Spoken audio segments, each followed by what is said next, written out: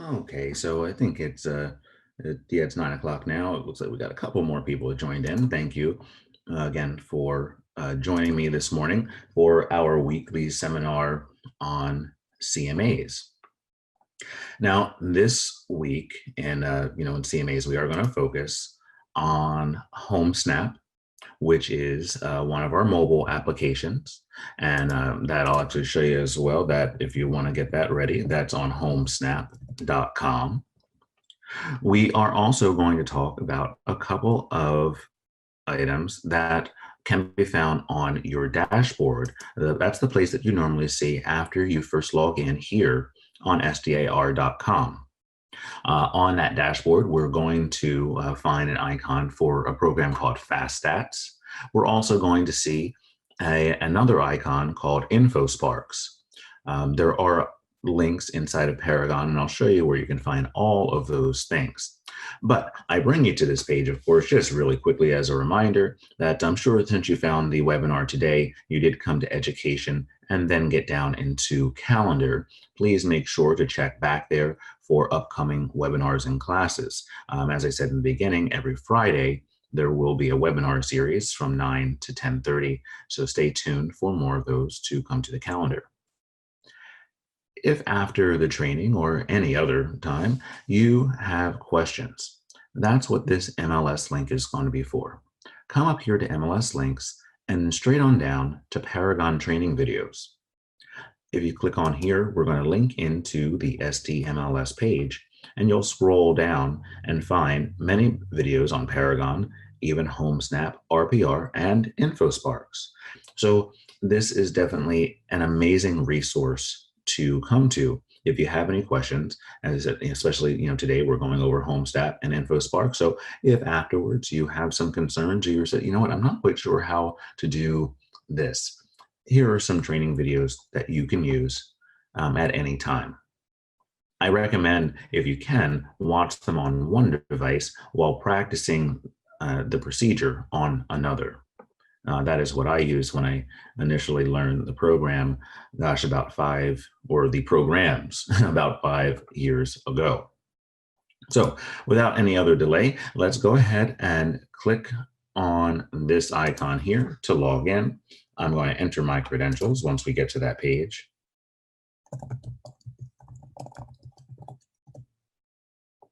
Great. As I mentioned before, we're going to get to the dashboard. But before we see the dashboard, right now, we're getting a little reminder that we have some great listing stats available to you. And we are dedicated to your success and want to provide you with all the necessary information you need to perform your jobs well. And knowing San Diego and what's going on in the area, I think is very important. You'll find all the up-to-date information here in the top right corner. Make sure to check that out.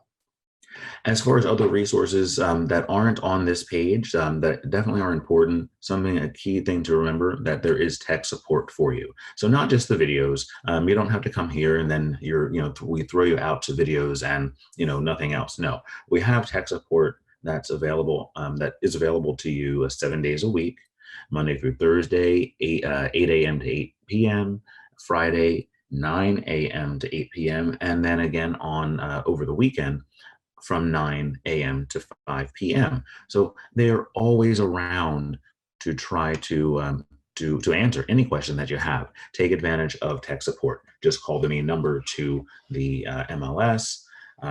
It's 858-72-MY-MLS, and hit the button for tech support. They will be more than happy to answer questions on any of these programs that you see here on the dashboard. Okay, and I mentioned, you're going to see some different icons here. Now, you may see a few on my page that you don't have on your screen, and that's okay. I have a different level of access, so so you'll see a few extra on mine. You most likely won't have bridge syndication. You definitely won't have this one here. You may not have this one over here as well, and that's okay. Again, I have a slightly different setup on my screen.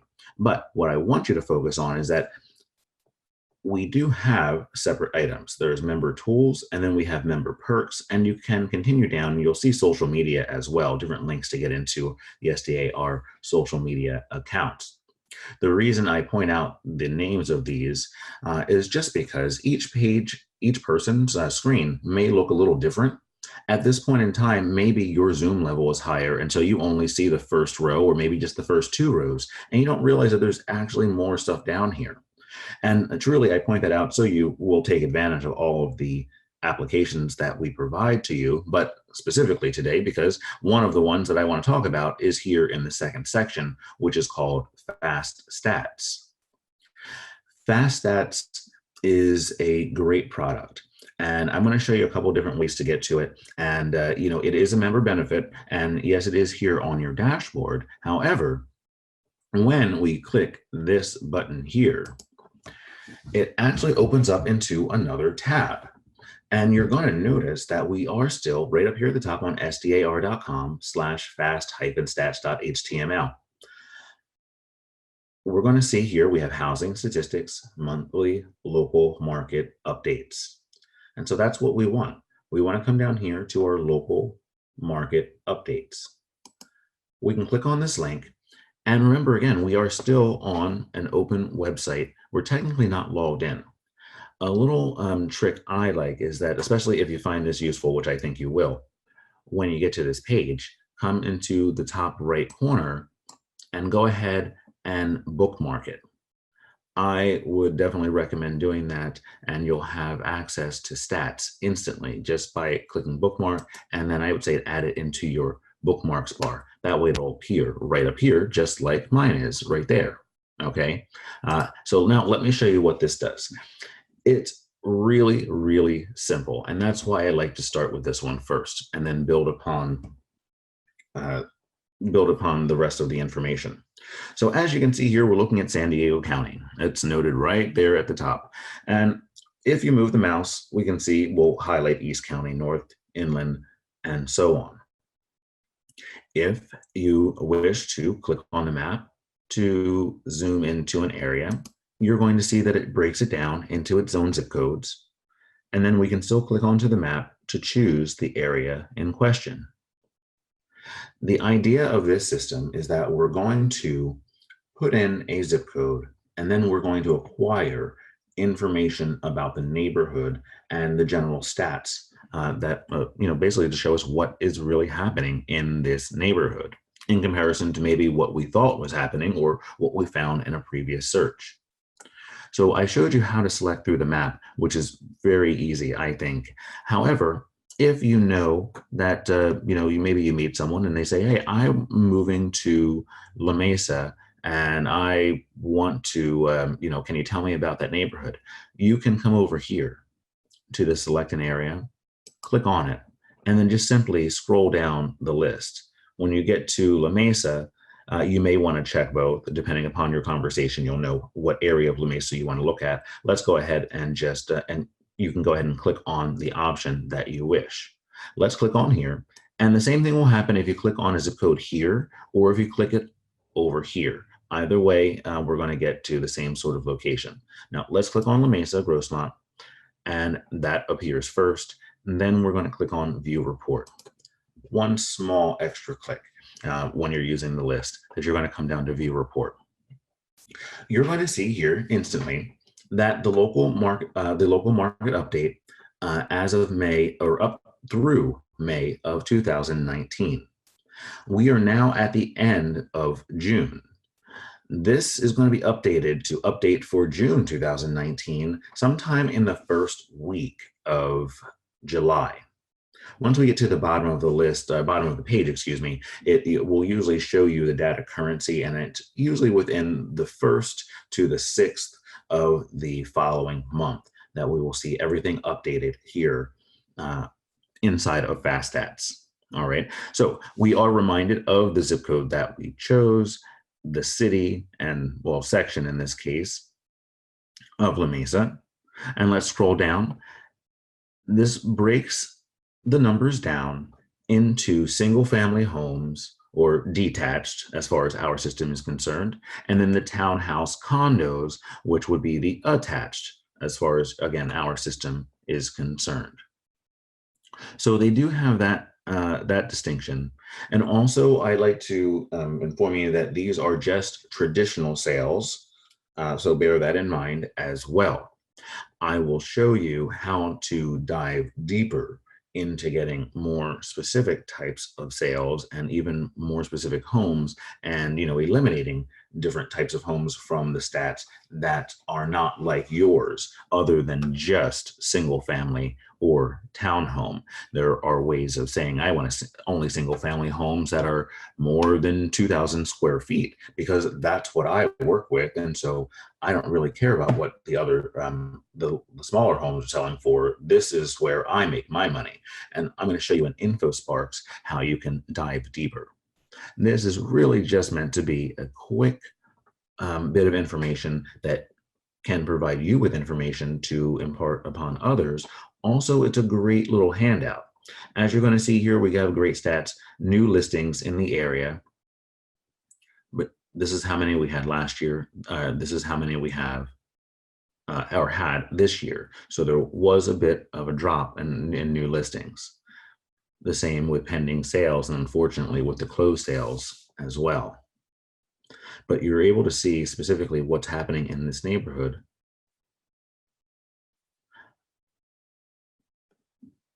And again, this is with just the single family homes or detached.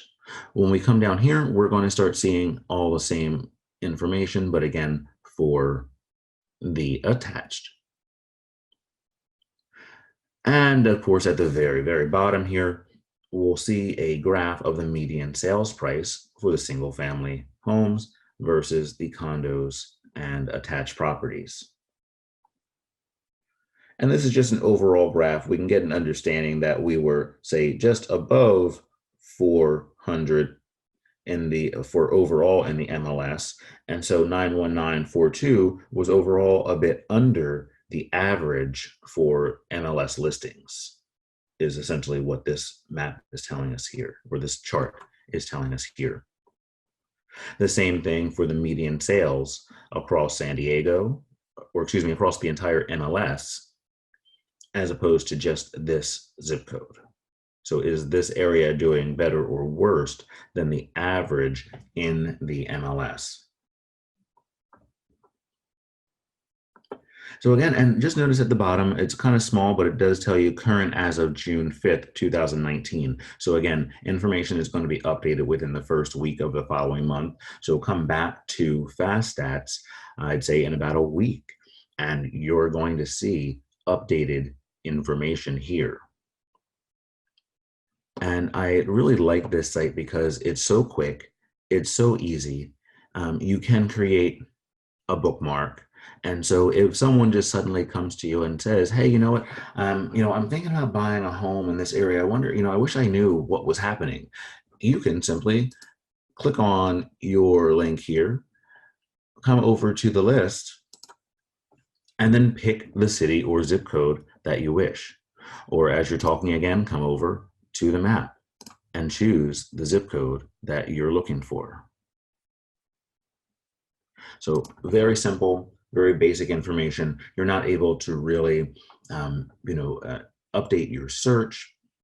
You're just getting general information for the one zip code.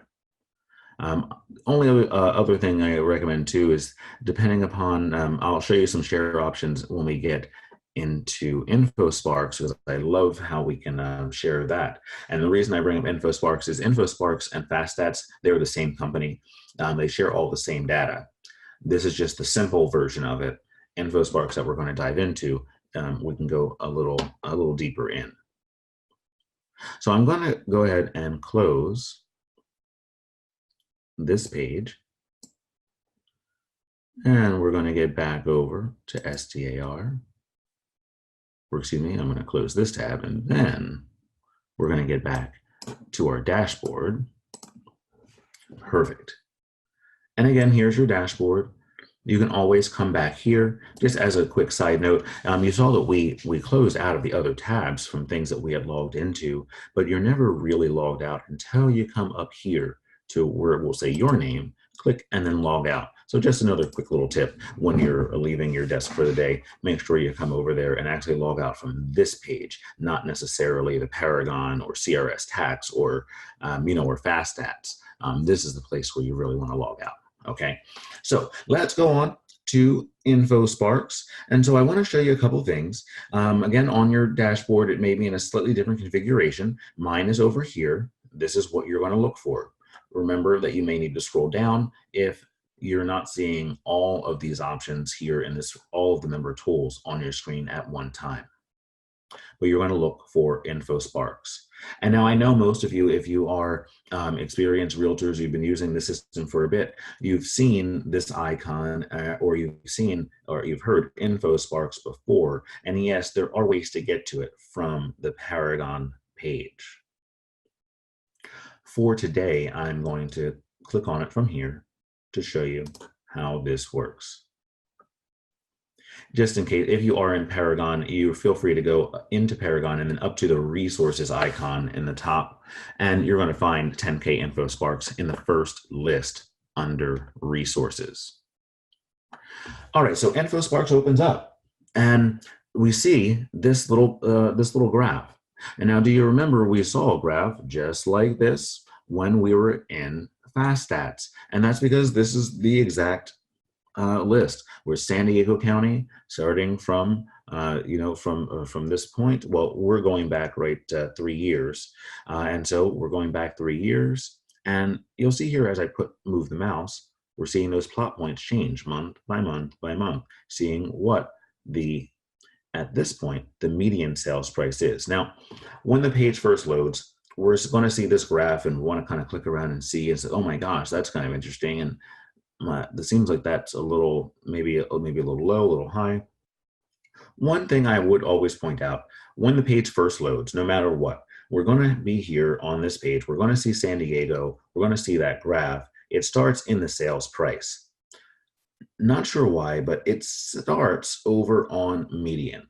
So one thing I would do once this page loads, and of course, you want to click and look, but I would recommend coming over here to average. I think that is a more accurate number rather than the median. As we know, the average is if you have 5 numbers, you're going to add those numbers together and divide by 5. Median is if you put those 5 numbers in order from lowest to highest, and then whichever one the third one is, well, that's the median. And to me, that is not necessarily accurate. So having the average, I believe, is a bit better. All right. Now, I want you to make note of all these other versions or different reports that you can see at the bottom, and we will go over those as well. But we're going to start here with the average sales price. And I want you to now follow the mouse up here, and we're looking at the average sales price over the last 3 years in just San Diego County. This is everything in San Diego County. Well, maybe we don't want to know all the details about everything in San Diego because we want to get stats on properties that are maybe closely related to a home that we own or maybe that we're going to put onto the market for a client. So what I would consider doing is, rather than looking at the entire county, maybe let's search by a zip code or maybe a community. Let's take our mouse and click here into this box. When you do, you're going to see a list come up immediately, just like this. And I believe there's just an alphabetical list of communities that you're going to see here initially. You can scroll through and feel free to go ahead and click on the one that you have interest in. And obviously there are a lot of them. We've scrolled down, we're already just into the M's. We can continue down, down, down, down, down. Okay, so we see that there are lots of different communities that you can start typing in. But then we get down to what's this? A market area. Notice that we see community and then market area. And sure enough, when we get down farther, we will see county. Just as an FYI, while you can technically add in another county, we're still only pulling data from the multiple listing service. So if we click on Alpine and there is a listing or were listings in Alpine within the last 3 years, then sure, that information would come up. This is just purely a filter. In most cases within our MLS, you're going to find information only in San Diego County, Los Angeles County, Orange County, Riverside, Los Angeles, and San Bernardino, I believe, are the 6 or so counties that you're going to primarily find information in because of the data share that we have in our MLS. So again, while all of these are here, you're most likely not going to find information. So I would definitely stay away from the counties that I did not mention. But I do want to bring your attention down to here because obviously we have the counties. Then there's always going to be zip code. That's a great standard way to do a search. The zip codes for the area aren't really changing, or at least don't change very often. We could type in a specific zip code to get the location. So if we wanted to say maybe we have a home in 92058 and we want to type that in and then click on the zip code, we're going to immediately see, again, the average sales price in the zip code of 92058. Okay, so in January of 2016, it was 331,000, went down, it's gone up again, and here, and so on, and through the list, seeing all these little plot points.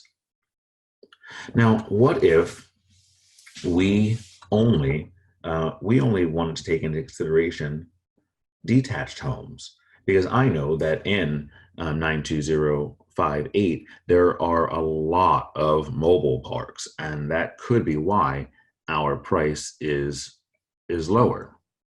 So let's see here.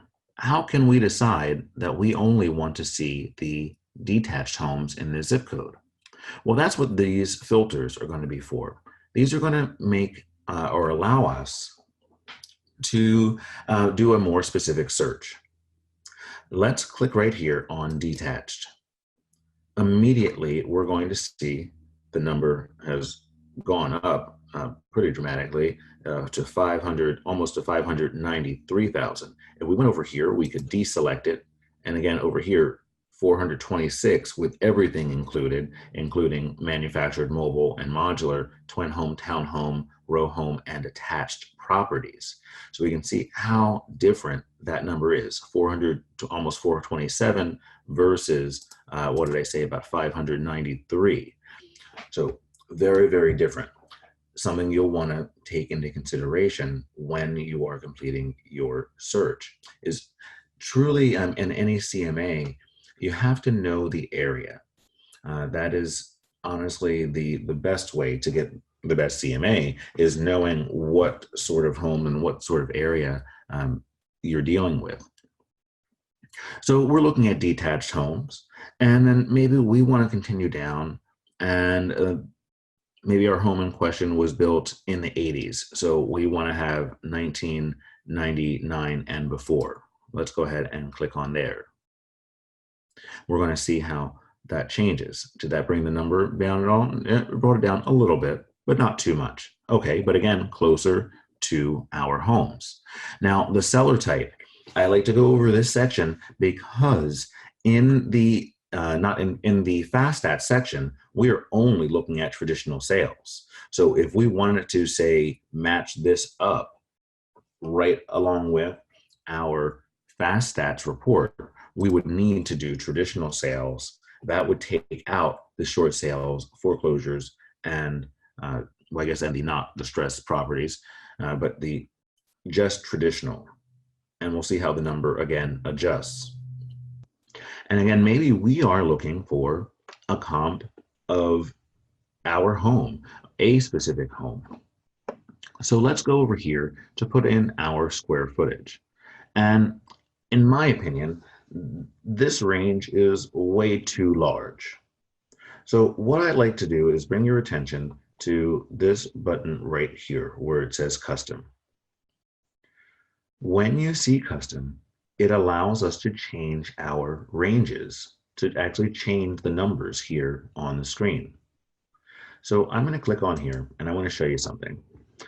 you have the power to just start from right here in this original grid and make some changes. So maybe we want to do 3,000, 3001 to there. Let's drop this to 3. We'll make this 2501. We'll do this as 25. We'll make that 2001. This will be a 2, and then maybe we'll make this 1500. Because I know that most of the homes are within this range. There are a few that are a little larger, and so maybe that's how we want to divide it out. Also, I know that the home in question is right around this range. So let's click done now that I've made those changes. And we'll see our options right here. So the home in question is right around 2,100 square feet. So we could click on here and we will know that this number is going to be a bit more accurate because it's going to be within at least 400 square feet. Now, because I know that the home in question is 2,100 square feet, we could have made this, say 1900 and then made this 1901 to say 23 or 24. But I changed the numbers just to make it a little bit easier for us to go through the flow. But I think you're getting the idea. You can really make this very specific so we can get only information or information that deals with just your specific home. Let's continue over here to the right. Do we want to include bedrooms or bathrooms? Again, home in question that I'm comping and that I'll show you once we get into InfoSparks has 5 bedrooms. So if we want to get a real understanding as to what the price is, again, in this area for homes that are this large, traditional sales that were built before 1999, let's go ahead and click on here. And again, see how the number adjusts. How many stories were in the home? The acreage. And any age restrictions. This is information that's pumped in from the MLS. It can be useful. Especially if you're working in a zip code that has a lot of senior communities. That could be one way. Like if you know that 92058 has a large senior community and there are only a few homes that are single family homes or attached, detached, basically that are non-age restricted, you may want to include this in your search.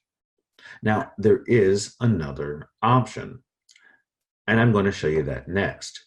So you may have noticed that I skipped over one. Obviously, there's all. That's everything. We talked about community, market area, counties, zip code, and I didn't say anything about the My Area section. Well, now I'm going to show you. So the My Area section is something that you would use, that you will use when you want to have a very specific area and not just the entire zip code or the entire community. If 92058 is not enough, and I apologize for clicking this without saying, I clicked on here to add an area. So, you can have up to 4 separate areas that you are comparing, which is the other wonderful thing about this system. So I clicked on add an area. It always starts at San Diego County, no matter what. Just like before, we're going to click in there. Let's say that we wanted to compare this against Oceanside. We could clearly type that in. Type in Oceanside. But now remember, yes, we're looking and we see that our zip code is a bit below Oceanside overall. However, we need to also make sure to note that we are just looking at all of Oceanside. We have not yet put in detached or the proper year or traditional sales. This has not been adjusted yet as well. So let's just go ahead and choose that one. But you're getting the idea that if you are going to add a second or third or fourth item, you'll need to come through to provide the same data that you put in to this search to make sure that your numbers are going to be accurate. And you're seeing here that as we made our search, I guess more closely related, or made this section of search criteria more closely related to this one, our numbers are starting to merge, where we see that the 92058 is right around, not too much lower overall than the average for Oceanside overall. And again, in the Oceanside community, that would be all of the zip codes as opposed to just the one. We could click here and then do a comparison, and let's do it in comparison 92057. That would be a very good possibility as well. Now, I show you all these so I can show you there are a lot of differences. And again, we need to go through here and make those changes and so on to be as precise as possible. We always want to remember to do that. But now I did promise that I was going to show you the My Area. And so again, the My Area is a section that you're going to use, and it's right up here. And you're doing this because you need an area that is more specific than just a community or a zip code. So we're going to come and click on My Area. And I mentioned before that, if you type in a zip code and you're doing a general search, and there are lots of mobile homes or senior communities that can definitely throw off your search. And the example that I use is in this community here in Oceanside. And the reason I like using this as the example is because there are the neighborhood truly is mixed. If I think I'm in the wrong, oh no, here we are. We're just not inland far enough. There we are. And so the area is very mixed. Now, again, it's really important about knowing your neighborhood. So I know that my home in question is right there.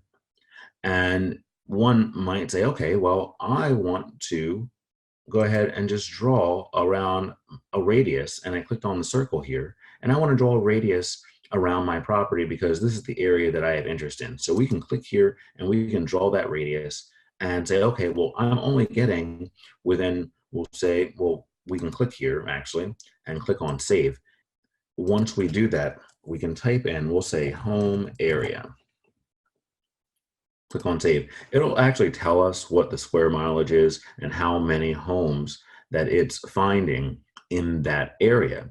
And I want to click save just to show you this, or close here to show you that it's going to tell us that information, and it tells us how many homes are in that area. But remember, that's still just giving us everything that's in this area. Knowing the neighborhood is essential. I know, because this wasn't a home that I used to live in, that this neighborhood here was built initially in the 80s. This neighborhood over here was a bit newer. I think this section maybe was a bit newer as well, and definitely on this side of Pala Road were different style homes. All of these are all mobile parks. So I don't want to have any of that in my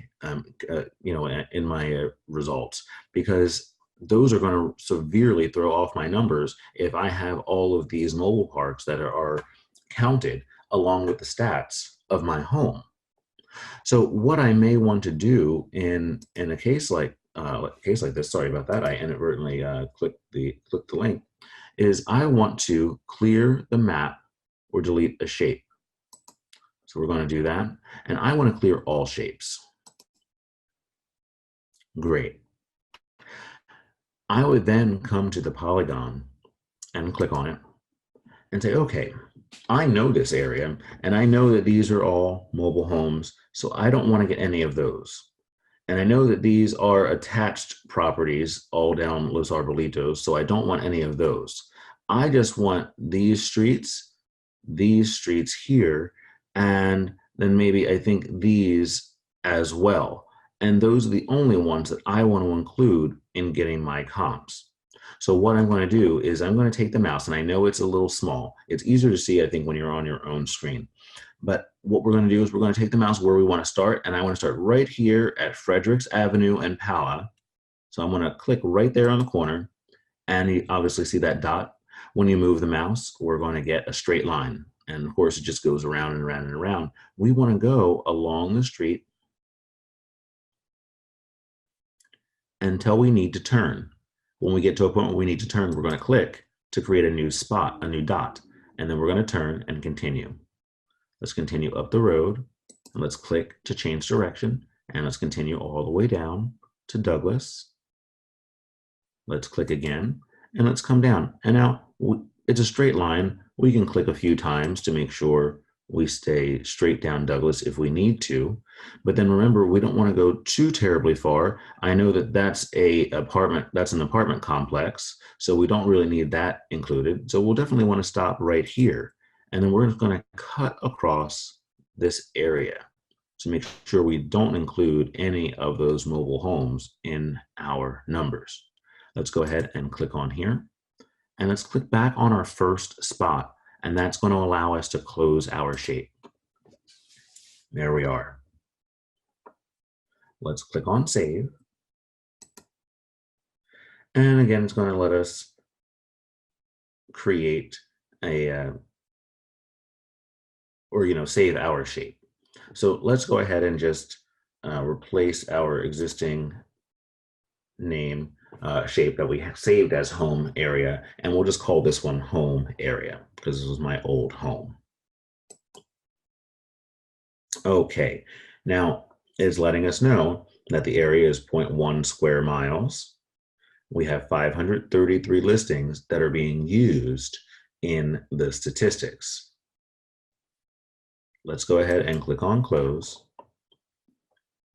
And I want us to go now back into InfoSparks.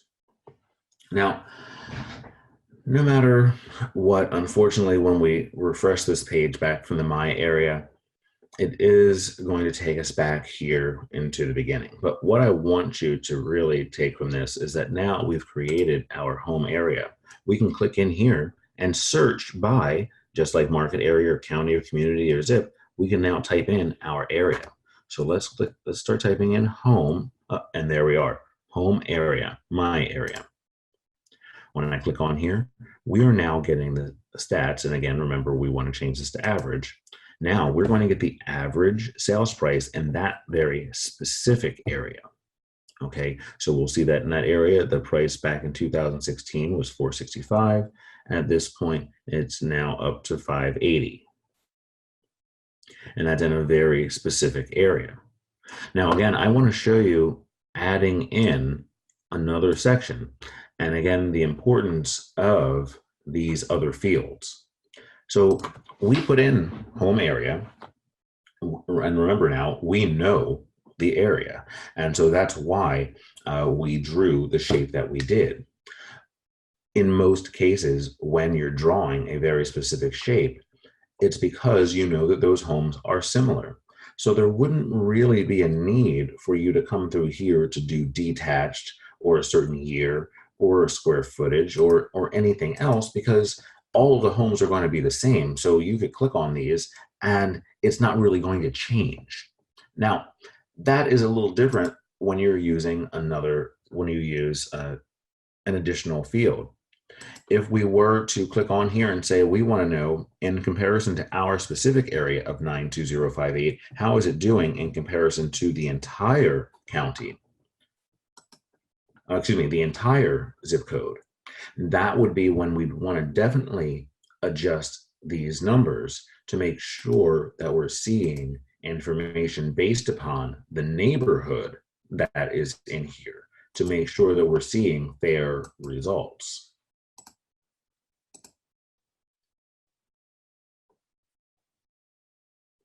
And as we put that information in, we're going to get this data. And so it's telling us that it looks like in our home area, nothing has happened there. Nothing has really happened since November of 2008. That's why that number cuts off. The next time there is a sale, we'll see how this goes up or down. Hopefully up, as most people hope. That we will see some more things happening in that area. But not to say that the MLS is missing information. It's just that there isn't there weren't any sales to note. Now let's look at one of the other options. So while there were no sales, let's see if there are any active listings in our specific home area versus how many there are in the entire zip code. We can do that by clicking on to this section down here in the bottom left corner, active listings. Now we can see our area, of course, is very small. So probably few that are popping on. One was on in February, one in April, most likely that one sold, and it was off the market. Looks like one more came on, off the market again, another one went right off the market, and so on. And you can see this. And so right now, again, nothing going on, nothing active in our area. So of course there will be nothing sold in the area anytime soon. Looks like there was one active listing in April, and because it's not on the market now and we don't have sales, that would tell us that, of course, it either is in pending or it went off of the market. Maybe it was canceled or it expired. That's something that we'd then have to kind of do a little more research into. Oh, and look at this. We have pending sales. Let's click on here and see, did that sale go pending or is it off the market? Okay, so it looks like that sale went pending. That would make me want to now go back into Paragon, do the search for that specific area and find out which home it was, and then find out why did it go off the market. Did it go off the market because it was priced improperly? Did it go off the market maybe because they weren't working with the right real estate agent and you're the right real estate agent, so call them. All of the data that you can find here, I think it usually prompts me to want to go to other parts of the system so I can research more information and find out why I'm seeing what I am.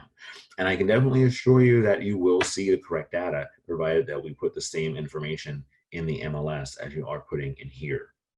And just by these few, I mean, looking at the sales price and that there was no sales price and say, okay, well, is there anything active? Okay, well, there was something active back in April. Wait, it's not on in May. It's not pending. It hasn't been sold. So it's got to be off the market by some other means. Either that, like I said, it's been withdrawn, or it expired, or was canceled. So those will be things that I would look for to try to maybe give a call on to get some new clients. I mean, and who thought that this system, even though it's telling you about the neighborhood, would indirectly drive you to possibly getting a new client. I think, take advantage of all the information that all the systems can provide. Now, interestingly enough, the price per square feet, this I think is more of a just FYI, your information. You can show your clients that over time, yes, the price per square footage is going up. It looks like definitely in the area, in the home area in question over time, 334 in May of 2017. It looks like about the same. Well, at least it hasn't gone down, or it's rebounded from what we can see over here. And these are just bits of good information I think that you can provide on to possibly to a curious client. This would let you know how many listings maybe are competing against yours. If you filled in the data for your home area and you click on active listings and you say, okay, wait a second, there are 3 active listings in my area, and wait a second, I only have 1 of them. Let's go take a look and see what's going on. Why did I not get those other 2 listings? And do, again, more research, figure it out, and maybe you're going to find yourself some new clients who just say, oh, okay, I didn't search for people that were looking to sell their home because they've had their home for too long. And anyway, it gives you extra data about your area to really make you the true expert in your neighborhood. And I think that if you are the expert in your neighborhood, you can convince people that you are the perfect person to sell their home, get top dollar. And then, of course, with that extra money, help them maybe purchase a new home, maybe purchase something else that will allow them to have an Airbnb, or have a granny flat. Maybe they have a family member that needs to move in with them in the coming years. all kinds of ways to drum up business. Okay. Now, a couple other things over here at the bottom that I want to show is general market time, and I'll show this with this all filled out, just as the idea that we put a market area in with one home in mind, with specific sorts of information, and maybe we want to know like what is the market time, and we know that obviously there was something for sale now, but most recent market time in that area was about 26 days and it looks like it had a peak of 109 days right around the same time that the entire zip code was. So it was actually, right on par. So not too bad, a high time, but it seems like there was maybe just a dip in the market at that time for our area that is so small to match the days on market for the entire zip code. So again, information that you wouldn't just know from looking at any other report, but you can see clearly on here what's going on, especially when you're comparing your neighborhood in comparison to the entire zip code or another area of San Diego. That also can be helpful, especially say comparing different areas. Let's get rid of the home area section. That's going to bring our 92058 over here. Let's go ahead and click onto another area, and let's click in and choose, let's do Carlsbad. And when you type in Carlsbad, of course, we're going to see our different communities. You can choose one or the other, well, one of the three. I'm just going to choose this as an example. Now, the reason that I brought this up is maybe you have an investor. And, we can do any number of areas. But, as a comparison, let's bring in also something farther away. Let's do La Mesa again. Okay. So maybe you're working with an investor and you want to know, well, what is the best neighborhood, or, where can I get the best return on my investment? Where can I see that there's the most turnover? I want to try to maybe work in that neighborhood so I can be a part of this turnover. That's going to be what this is over here, the MOINV forecast and the MOINV actual. Now, I will go into a description of all of these in just a second, but basically what this field is going to do is it's going to take the number of active listings for the month, and it's going to divide it by the average number of pending listings over the last year to get the forecasted absorption rate. And so when you click on here, it's going to show us that. Now, the difference between here, this is divided by pending. This is one over here, the actual, is divided by sold. So we can see that the absorption rate was 2.3. So this is about 2.3 months of listings, of inventory on the market, and 92058. The lowest, 1.9 a month. So that, I guess this one would technically would be the best because we're looking for a 1, ideally. So,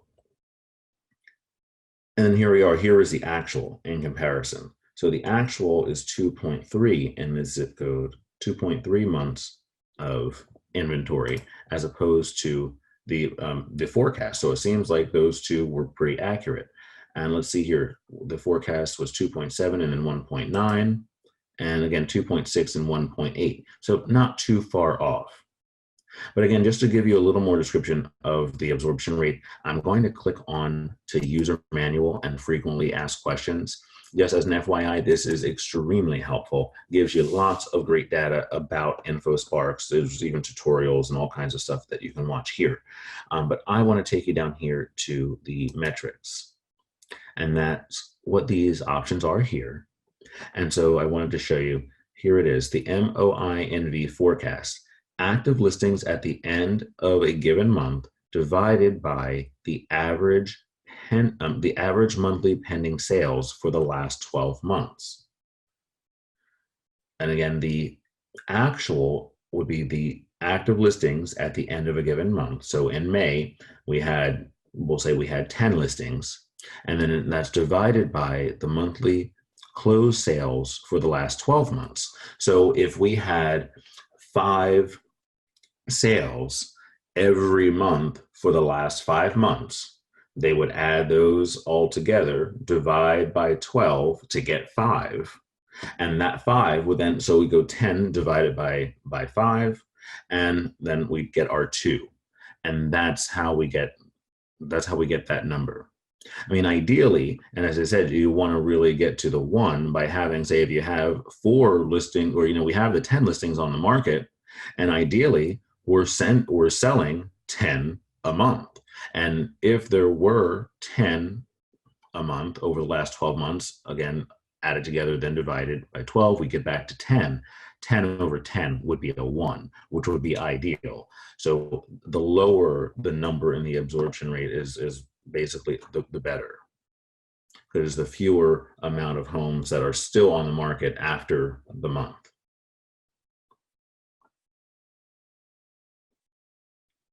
And so you can always come into the section, the metrics, for assistance in that, and that's always going to be found here under the user manual and FAQ. And again, it's unfortunate that the page does always reload when you come back to it.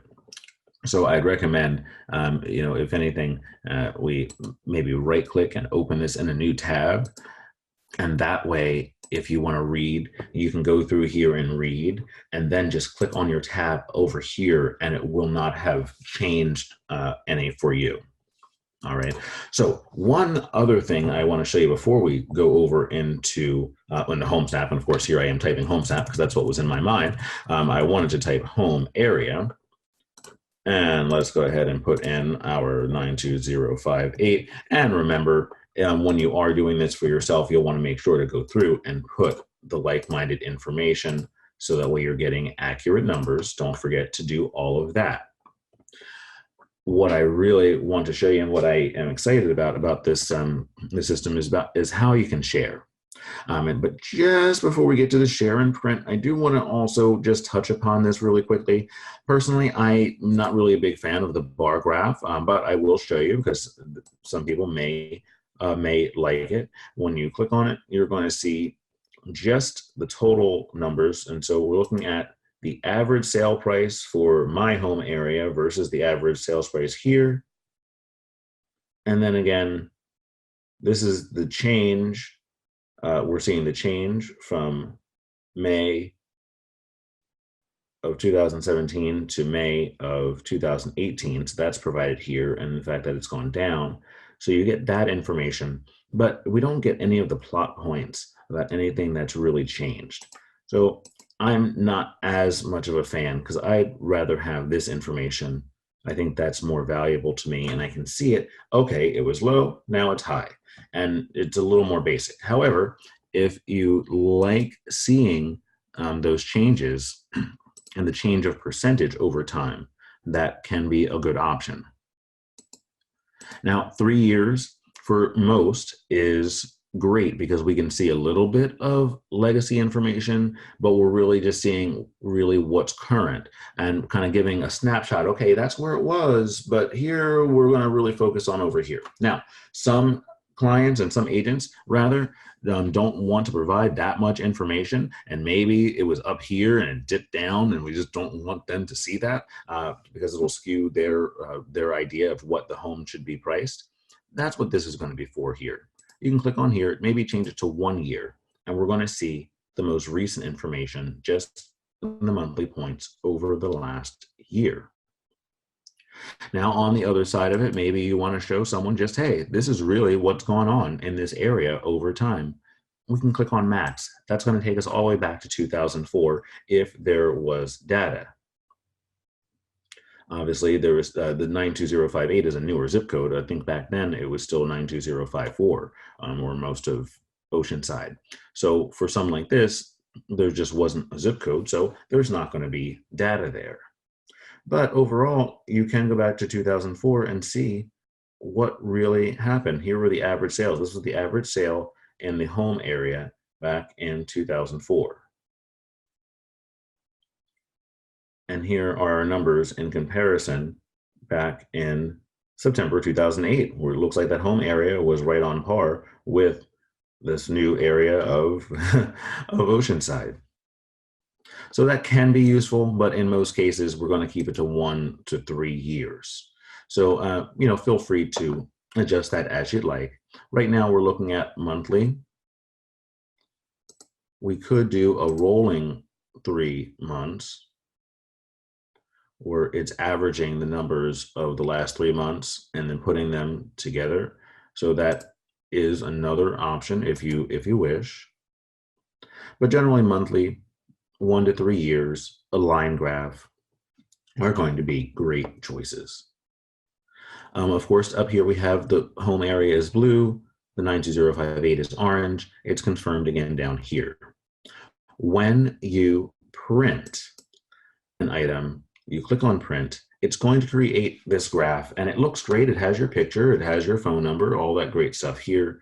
If someone opens up the PDF on their computer and clicks on it, yeah, it would send an email or go to your website that you have on file. But you're going to notice that if you move the mouse over here, none of those plot points are here. So it's simply just a picture, and they can see, okay, this represents the home area, this represents 92058, and here's the criteria that was typed in and the date, which is wonderful, but they're not going to really see the data. I think in cases like this where you want to print, this is where Fast Stats is a little bit better. But again, remember, this is a more detailed chart. So I think Fast Stats looks a little nicer if you're going to do the printout. But if you want something really specific, this is going to be the way to go. Now, rather than print,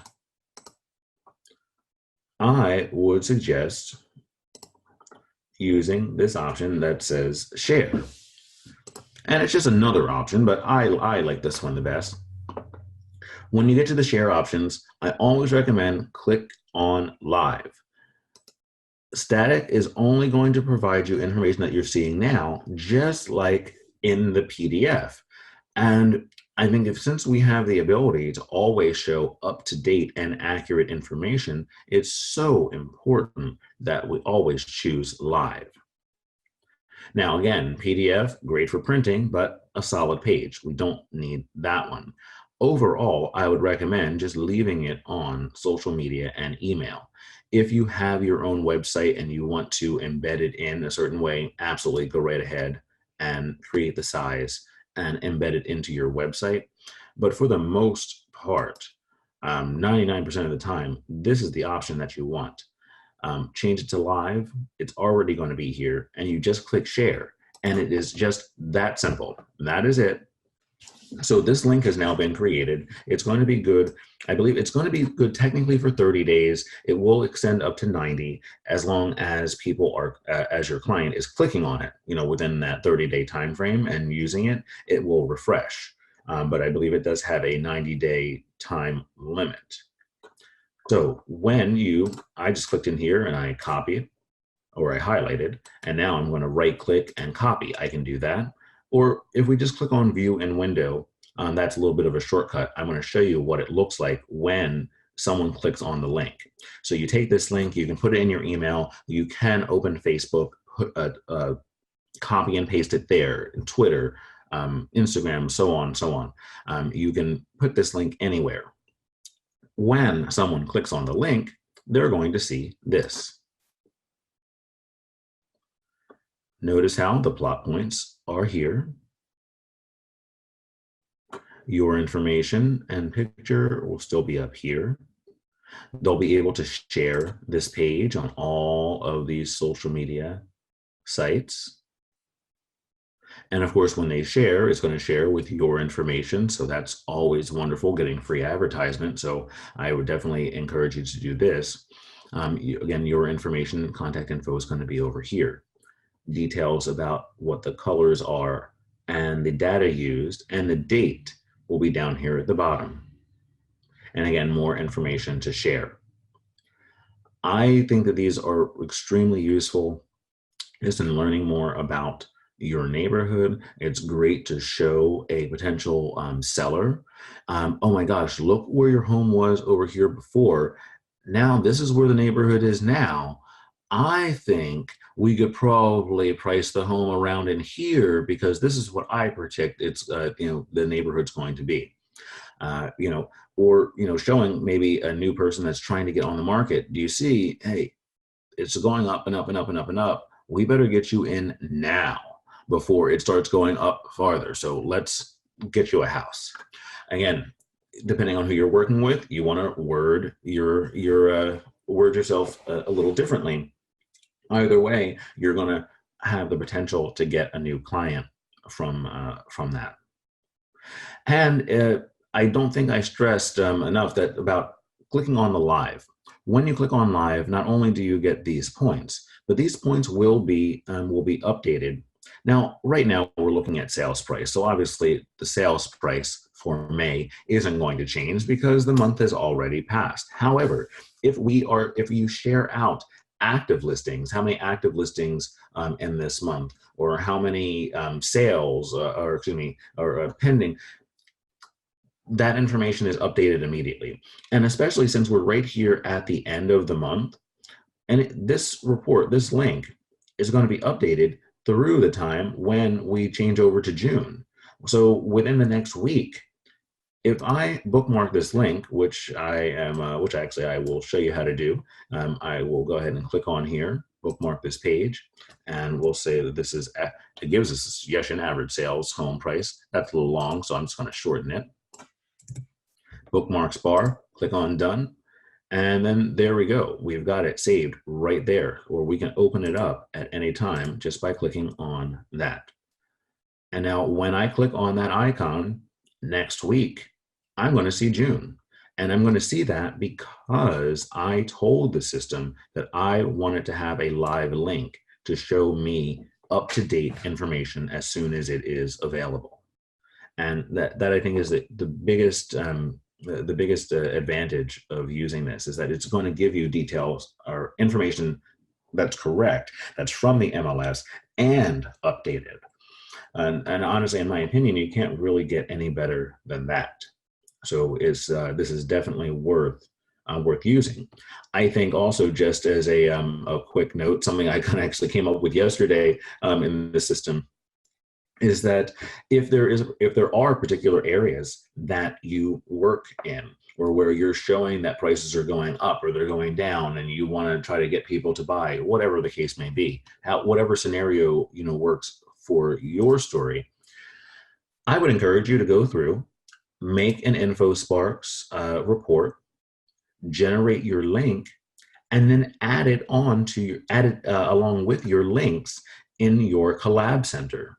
And this way, when people are on your Collab Center site and they're clicking around, they can click and say, oh, it looks like this area is doing really well.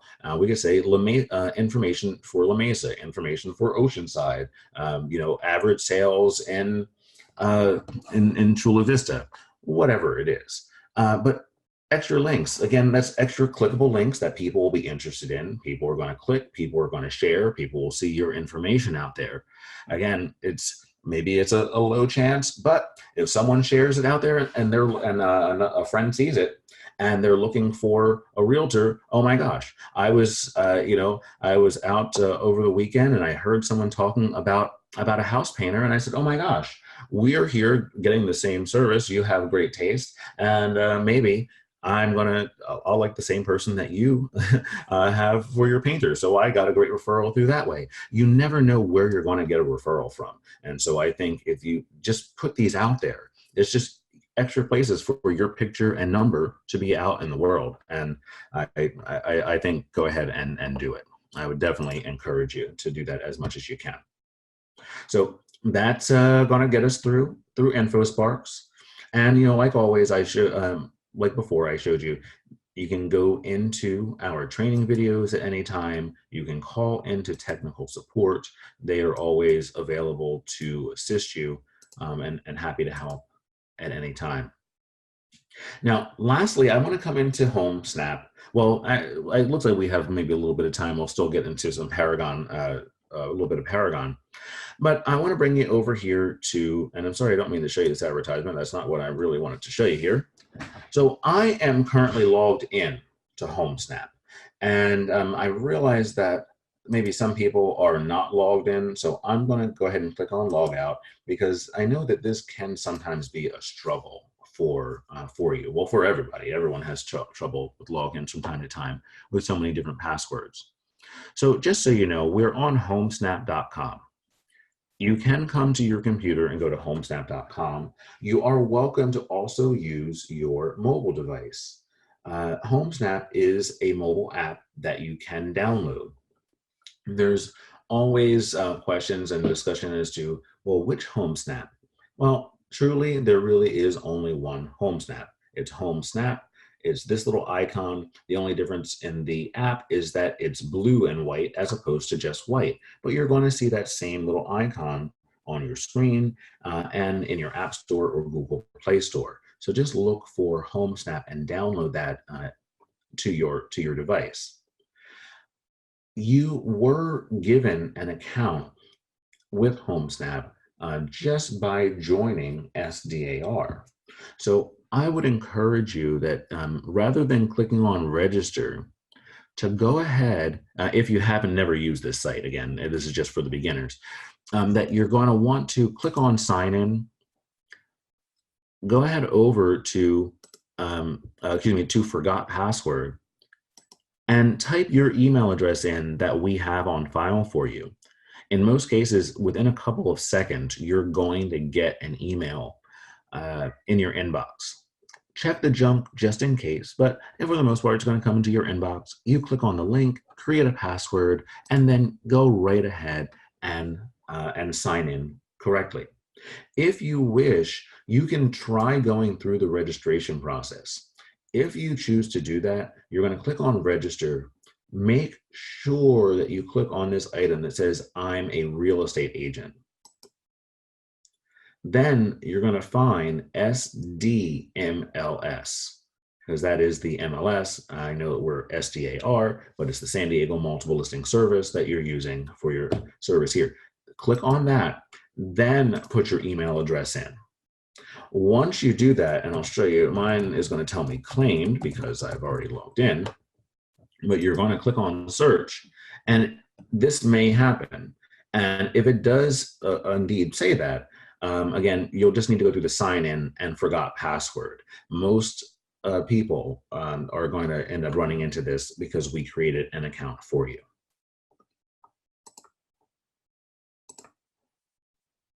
So I'm going to go ahead and sign in. And also, as you're seeing here, the sign in is an email address. It is not your 6-digit user ID. That is also a little different. Sorry, it's hard to type my password as I was talking. There we go. And oh yes, we should be verified. I'm just going to resend my verification and we'll close that off. Okay, great. And make sure to do that as well. I did forget to verify mine, so I'm actually tapping on my phone right now to verify, so that won't come up again. That just verifies your telephone number with the system. That really is truly your number, that they're not advertising a false number that you don't have access to. So now, whether you have logged in on your phone or if you are on a computer, you're going to see a few common options. So there's news, messages, pro agents, and me. If you're on your mobile device, it's going to be along the bottom of your screen, but the options will still be there. The additional option that you're going to see on your mobile device, if that is, if you have that open as well, is that you're starting off, essentially, you're starting off on the open map. Oh, and I apologize. Also, depending on the device that you have, things can look a little different. If you're on an Android as opposed to an iPhone, if you're on an older iPhone as opposed to the ones now without the button. So there are small tweaks that you will need to deal with. And if anything looks different, as I said before, as always, just contact technical support at SDMLS. They are wonderful. That is the department that I started in before I became a trainer. They are incredible and able to answer any question that you have. So they'll be able to help you with that. So just to go on a little bit farther here, what we're going to do is I'm going to show you here in HomeSnap, in order to get farther into the system, we're going to either need to type in a city, a zip, an address, an MLS number, or we're going to go ahead and click up to one of these other options here. Let's click in and type in a zip code. Because again, we're going to talk really about CMA, not so much the entire program. I happen to like HomeSnap, so I kind of get into a little bit more. But let's go ahead and stay focused on how to do a CMA in this program. It is very, very, very simple. All you really need to do is find a property. If there is a property in question that you have interest in, we can go to the map, we can click around, zoom in, just click on the property and open it up. We can start this way. You may even notice that there's a button that says send a rapid CMA here on the right hand side of the page. And that's great. So, but maybe you have a specific home in question. We can type that in. If you are just coming in here strictly to do a CMA, we're going to come in, we're going to type the address, click on it to bring up the property. Once you do, and again, in most times, you won't even have to scroll at all. You'll see it here on the page. If you need to, feel free to go ahead and scroll down a little bit, and even just to read some more information about the home, you're welcome to do that. But the CMA section is going to be here on the right-hand side. I will note that it is in the section called Pro. You're going to see the section called Pro to confirm that you are logged in as an agent with the MLS. Okay, now I understand apparently that HomeSnap does have a few other upgrades. You may see this thing here that says Pro Plus that may appear in a few other areas. Those are special add-ons that they are, trying to provide to you if you wish to have those specific features. However, I would encourage you to use any of the Pro options that we provide to you. Send a rapid CMA, of course, is the one we're going to touch upon. Just so you know, if you scroll down a little farther, you're going to see other Pro sections that would involve if this home is not on the market, but if it were on the market, you would see confidential remarks, showing instructions, and so on. So you will see other sections in the Pro. I can show you that at the end if we have a little time. But for now, let's click on Send a Rapid CMA. So, at this point, all we've done is typed an address, clicked enter, come over to the right, and clicked on our rapid CMA. And it provides information here for you. So you don't necessarily have to make, really any changes. It provides the bedrooms and bathrooms and the year, detached, and all of that. So you can add a price in if you wish, or just leave it blank and click on next. It's going to take us to similar listings. At this point, it wants us to verify information. Now, of course, you can see the address, and as I said before, knowing your neighborhood is absolutely key. So, is that a newer neighborhood, an older neighborhood? Is that really a good comp? We may need to look at more than just the bedrooms and the bathrooms to see, or the fact that it's in Oceanside. Maybe we want to click on that box and open up the property. Let's go through and read about this property to make sure that it is indeed an accurate comp. And I just want you to notice, since this listing is on the market, we'll see how we have our CMA action up here. You can send a message to the agent. We're going to get farther down. There's the confidential remarks, as I mentioned, and so on. So again, I just like to show you this. It gives you all of this great data so you can read it and then ascertain whether or not this truly is an accurate comp. One other thing I'd like for you to notice is that this did open in a separate window. So you didn't lose where you were. We don't need to click the back arrow. We're in another tab. So here we are again. We just opened that one in a different tab. If you want to click over here and see that one as well, that's great. You're going to have that in this tab and this first window. So this way you can go back and say, oh, wait a second, I approved this one. Yes, okay, that one is a like. Now this one over here, I'm not really sure. I don't know if I like that one. Let's X out of that one because I don't think that's really going to be appropriate for me. Let's go back over here and figure it out. Well, we know we like this one. Let's select it. And on and on and on, as you can see, we can click in and make our decision. You're going to go through and you're going to select up to 3 properties. You don't have to select 3, but up to 3.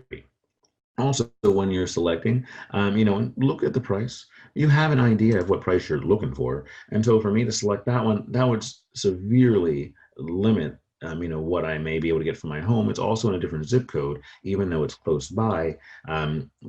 Different zip codes. Well, again, I know the area because I live there. So I would say, let's stick maybe over to this one and click in again to make sure that you are clicking the most appropriate, the appropriate match.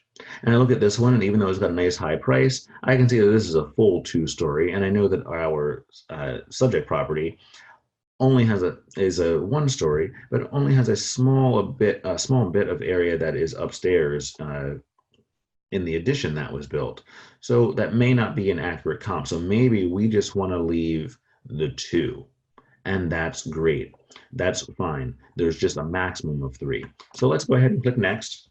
And now we get to do the same thing over again for the sold properties. Again, we want to look through to make sure that we're picking something accurate. That's something that's close to our property, that's not too far away. Let's choose this one. This one is under contract, so it technically hasn't sold yet. So this wouldn't be the sold price. This is technically still the listing price, which can change. So bear that in mind if you choose to select one like this. But like, yes, it's under contract and it was listed at this, but maybe it's going to sell for $650 or $640 or maybe $7. Who knows what's really going on there. So that you may want to consider whether or not you want to include a contracted property in your list, but that option is there. And again, you can choose up to 3. Let's go ahead and click on the third one and scroll to the bottom and click on next. As I said, this one is super simple, which is why I knew that I would save it for last and just kind of get you right on through. We're going to put in our recipient email.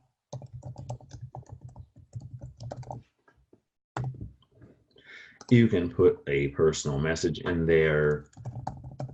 Hello, here is the information on the property that we spoke about. And, finish your message and then go ahead and click on next. It's going to have us review the information. And then we're going to click submit.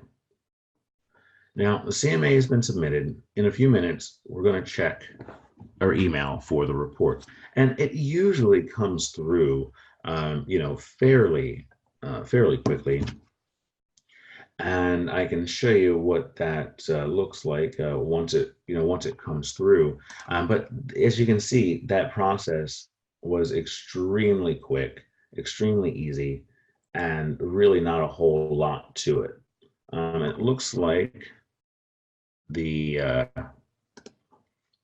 pardon me here. I apologize for me having to open up my email here, but we should see the comp right there at the top. Let's see, home snap, there we go.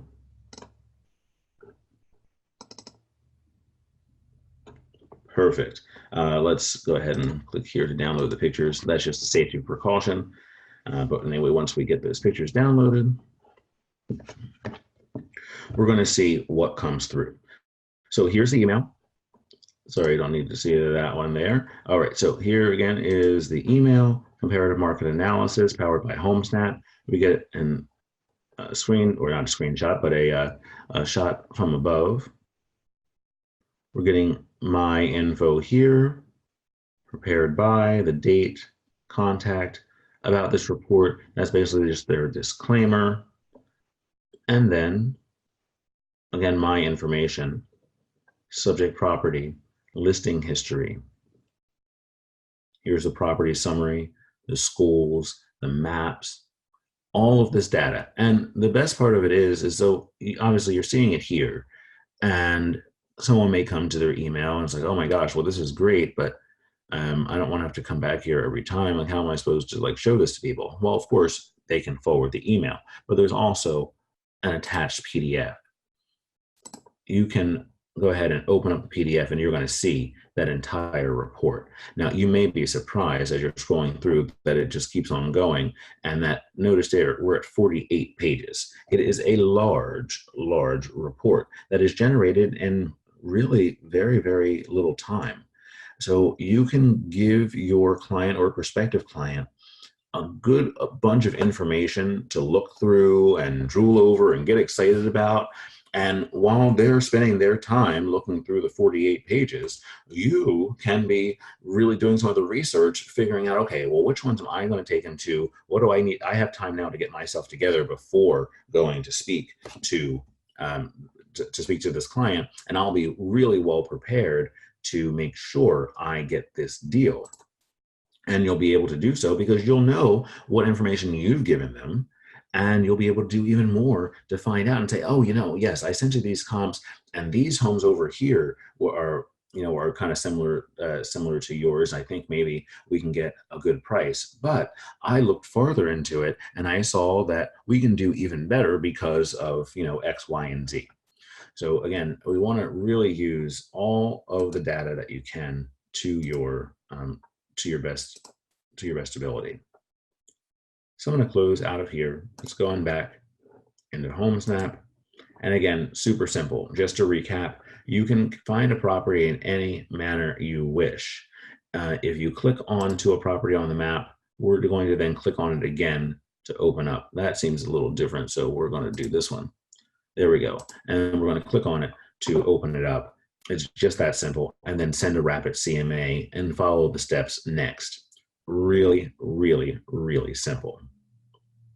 And so we've got about 8 minutes left. If there are any questions, please feel free to go ahead and send any questions through. I don't see anything that's come up so far. I know we've been pretty straightforward, but I am going to really quickly, since we have about 7 minutes left, jump over to Paragon and show you how to do a quick CMA over there. If there are any questions on anything that I covered already, please go ahead and use your Q&A section or the chat section.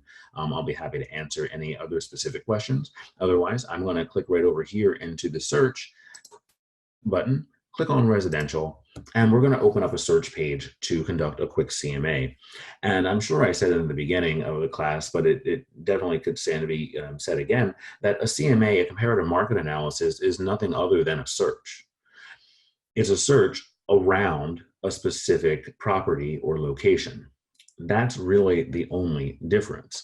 We still need to tell the system the residential style. Yes, I want a detached home. Okay. Yes, I want to find out the active and back on market, maybe even the contingent. Let's look at the pending. Let's also look at the sold listings, because I want to know, again, what's going on in my particular area. When it comes to looking for comps, we never really care about anything more than 6 months back. Some say 90 days. I think 6 months. We'll see how the number is. If the number is way too high, then we'll play around with going to 90 days. With that information in here, we want to put basics about the home, bedroom, bathroom, square footage. I wouldn't really do anything more than that. So we're going to come down here. The home in question is a 5-bedroom home, usually good to do a range. So let's do 4 to 6 bedrooms. It's a 3-bathroom home. Let's do 3 to 4 bathrooms. All right, so now we've put all of this in. The home is just under 2,100 square feet. So let's just do 1,900 and we'll put it up to 2,400 just as a nice, as a good range. And But wait, we didn't put in where the home is. And as I showed you before, we could put it a zip code, but a lot of different things can happen in an entire zip code. So why not look directly around the property in question? That's what this field here is for, mapping. The map's going to open up to whatever your default location is. That's going to be different for everyone, and that's okay. What we want to focus on is clicking here in the top of the map, and also just before you click in there, it's going to say center map on this address. The map is designed, and this box over here, it says miles, is designed to draw a circle of however many miles in the center of the map. So if you want to draw a circle around a specific property, we have to put the address in to put it in the center of the map. So let's do that first. With this address, it's a very unique street, so you don't really have to type much more in. Otherwise, I would say normally go ahead and type in the zip code or go back and type in Oceanside like that. So this way we'll make sure that we're going to get to the correct location because you are technically searching a world map, even though we're in the MLS for San Diego. So just remember that. Let's click on search. Again, we're going to see see a flag. Now remember, let's not move the map because we need to search. We want to look around that property. And now it has been placed precisely in the center. So let's just click here in the miles and type a number. As you can see in the example, you can put decimal points.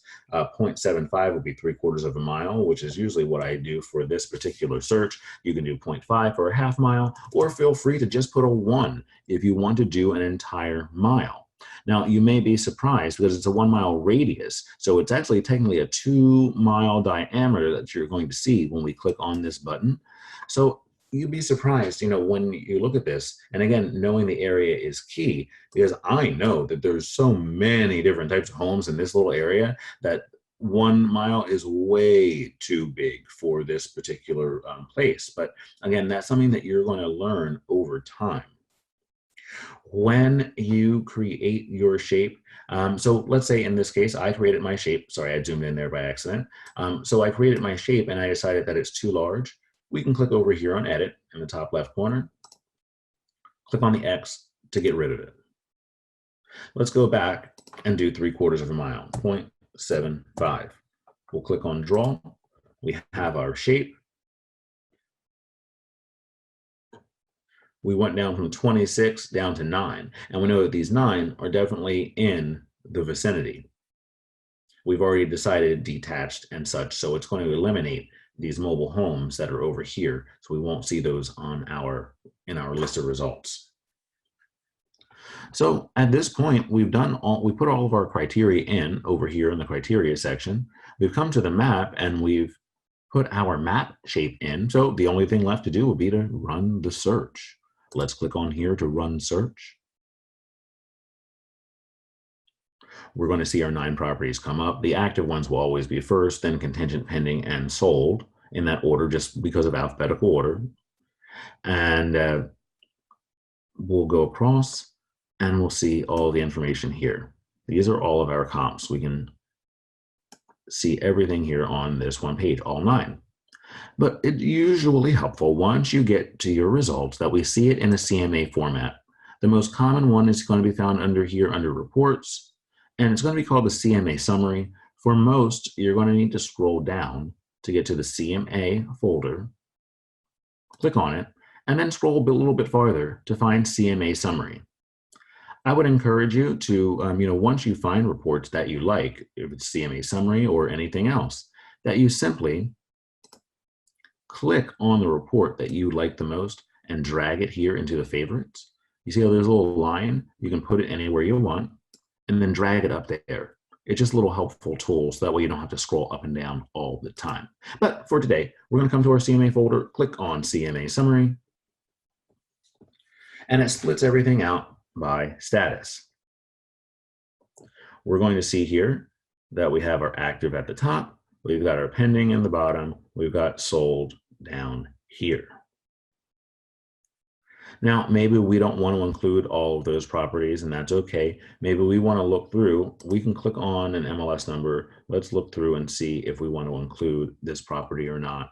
And we'll say, let's say maybe we go and we decide that we don't like, we don't like a few of these properties. Let's get rid of, let's see, let's go through here, and let's say if maybe we want to check the ones overall that we want to keep is essentially what we want to do.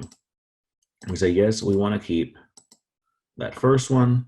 I do want to keep these two, and I want to keep these three. Those are all accurate comps. Okay, so let's say we want to do that. Let's click on the checked item. When you do that, it's going to remove the unchecked items, the two unchecked items. You'll see now that we have 6 of 9, and it's going to reconfigure those stats that are on the page. And I apologize, we must have a little bit of a slow connection, but the page should come up in just a moment.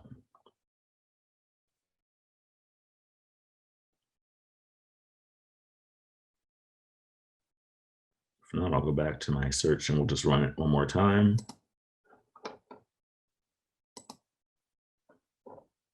There we go. Okay, so, and the reason I did that, and normally we'd want to have more than just one, but I did that for a very specific reason. So I could show you how it looks in each field, depending upon the number of results that you have. So it splits it up, active, pending, sold, and that's great. Notice that contingent is indeed an active status. You'll have the MLS numbers, the address, the city. That's all great. Oops, I apologize there. Did not mean to click and drag down there. So you're going to have all that information. That's wonderful. And now as you scroll across to the right, we're going to see that we have some averages. The first line, see average here. So the average bedrooms is 4. The minimum number of bedrooms in this list is 4. The maximum number of bedrooms is 5. The median is 4. And again, as I explained, the median, not as useful of a number in my opinion. But I bring this down to show you because there are 3. So out of the 3, there's got to be a high, a low, and then one in the middle. And that's why we have all of these here in addition to the average. When you have 2 responses, it's easy for you to tell which one is high and which one is low. You can simply look here and say, okay, this one has less bedrooms, that one has more bedrooms. This one has a lower price, this one has a higher price. Pretty self-explanatory. So that only includes an average. If there's only one property in your list, you're not going to have an average or a high or low because there's only one. And that would be why you're going to see different options after each section. So just bear in mind that if you see, active or pending or sold look different, that may be why. Continue down to the bottom, you'll find your information is here, the general statistics, the criteria rather that were used to get the search results. And there you have it, a quick CMA in this Paragon system. From here, of course, you can print. I would say go down to Print Plus, preview it. So this way you can make sure that it looks correct before you waste any paper, and then go ahead and click on your print button. If you wish to email, it's going to be the same way. We're going to email. We have selected 6 items. Notice that when you're emailing, the client preferred one or your default report's going to be here. If you wish to email the CMA summary, it's down here at the bottom of the list. Come here, click on it, add it over, remove any one that you don't want, and then go ahead and click email. Okay, that's going to be the way you'd want to send your email. Obviously address it and then send that out. There we go. And then send it out. You'll get your confirmation. That'd be how to send it. And then of course, you may be familiar with the sharing option, and I'll show you this, and that's going to be the end of our class. You can do this with any report, but you just simply, we're going to need to select, we have the property selected. We're going to click on share and then collab link share. It's a great option to email information over to a client. Just bear in mind that when they receive it in this format, they will not see the CMA summary per se. You're just sending the listings to them. And we normally go over this in another class, but I just want to show you since we're here that the sharing option is always available to you. It's going to look just like the Collab Center, but a light version where they'll get your info, they'll get the information on the homes that you selected. But as you see, it looks more like the Collab Center than an actual CMA summary. But I did want to show you the share feature just because it is there and we were showing you the other options here at the top of the page. So again, I hope I didn't go too far over the class. If there are ever any questions about anything that I've gone over, you can always email into training@sdar.com. And of course, come back next week for the next class in CMA programs, and stay tuned for my next webinar series. So go to sdar.com, education calendar, and look up my next class. Definitely feel free to come to any of the in-person classes as well. We teach all over the county at all of our different offices. So please come by to one of those. And remember, again, there are great training videos here under MLS, and then training videos. Get over to those to learn some more. And I can't get off this page without mentioning the caravans, just because it's a great place to go and network and meet other agents and find out maybe how they got a listing, because they're there sometimes because they have listings. So go and talk and learn and really use all of your resources, including us at the MLS and SDAR. Again, I thank you for coming to the webinar today. I really appreciate it, and I hope to have you all in a class very, very soon. Have a great rest of your day.